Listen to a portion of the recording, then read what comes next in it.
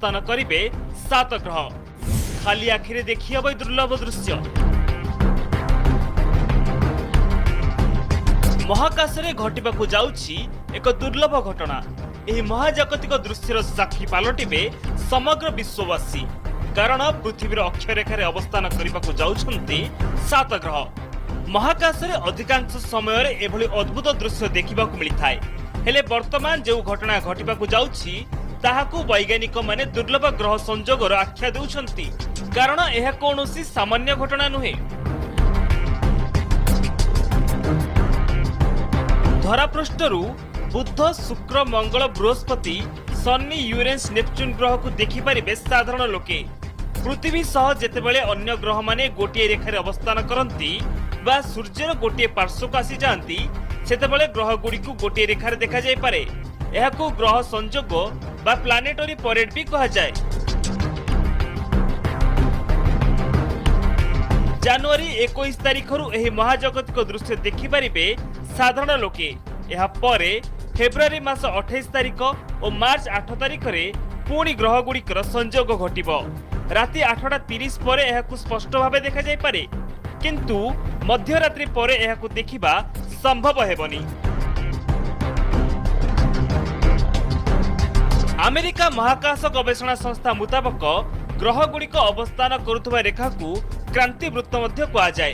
एही क्रांतिवृत्त प्रक्रिया जोगु आमे बेले बेले केतक ग्रह गुड़िक देखिबा को पाइथाउ। ग्रह गुड़िक सूर्यर परिक्रमण करने समय रे एभली संयोग घटिथाय। एहाकू अति दुर्लभ आख्या दिया जाइछि।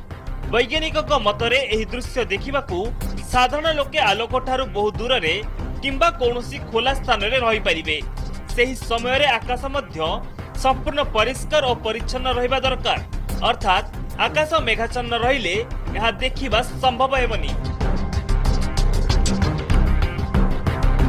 एही दृश्य साधारण लोकंक पई एक स्मरणीय मुहूर्त साब्यस्त होई पारे। आकाश रे प्लानेटरी परेड देखिबाकू कोनोसी टेलीस्कोप किंबा अन्य कोनोसी उपकरणर भी व्यवहार करि पारिबे लोके।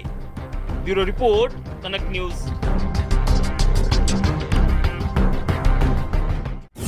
170 वर्ष परे आकाश रे महाजागतिक दृश्य। गोटिए रेखारे अवस्थान करिबे 7 ग्रह। खाली आखिरे देखि हबै दुर्लभ दृश्य। महाकाशरे घटिबाकू जाउछि एक दुर्लभ घटना। एही महाजागतिक दृश्यर साक्षी पालटिबे समग्र विश्ववासी, कारण पृथ्वीर अक्षरेखारे अवस्थान करबाकू जाउछन्ति 7 ग्रह। महाकाशरे अधिकांश समय एभली अद्भुत दृश्य देखिबाकू मिलिथाय, हेले वर्तमान जो घटना घटिबाकू जाउछि ताहाकू वैज्ञानिक माने दुर्लभ ग्रह संयोगर आख्या देउछन्ति, कारण एहा कोनोसी सामान्य घटना नुहे। धरापृष्ठरू बुध, शुक्र, मंगल, बृहस्पति, शनि, यूरेनस, नेपच्यून ग्रह को देखि पारिबे साधारण लोके। पृथ्वी सह जेतेबेले अन्य ग्रह माने गोटिए रेखारे अवस्थान करंती बा सूर्यर गोटिए पार्श्वक आसी जांती, सेतेबेले ग्रह गुडी को गोटिए रेखारे देखा जाय पारे। एहाकू ग्रह संयोग बा प्लानेटरी परेड भी कहा जाय। जनवरी 21 तारिखरू एही महाजागतिक दृश्य देखि पारिबे साधारण लोके। एहा परे फेब्रुआरी मास 28 तारिख और मार्च 8 तारिख रे पुणी ग्रह गुड़िकर संयोग घटिबो। राति 8:30 पर एहाकू स्पष्ट भावे देखा जाय पारे, किंतु मध्यरात्रि पर एहाकू देखिबा संभव हेबनी।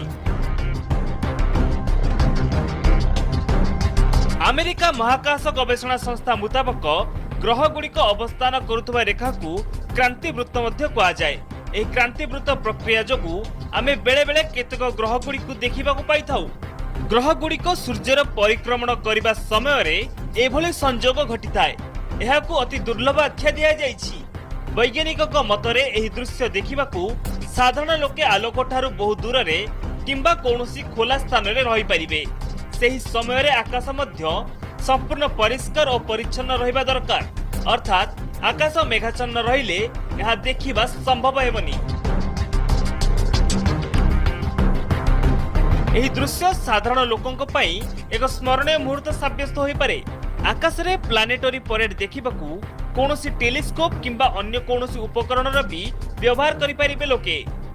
Bureau report, connect news.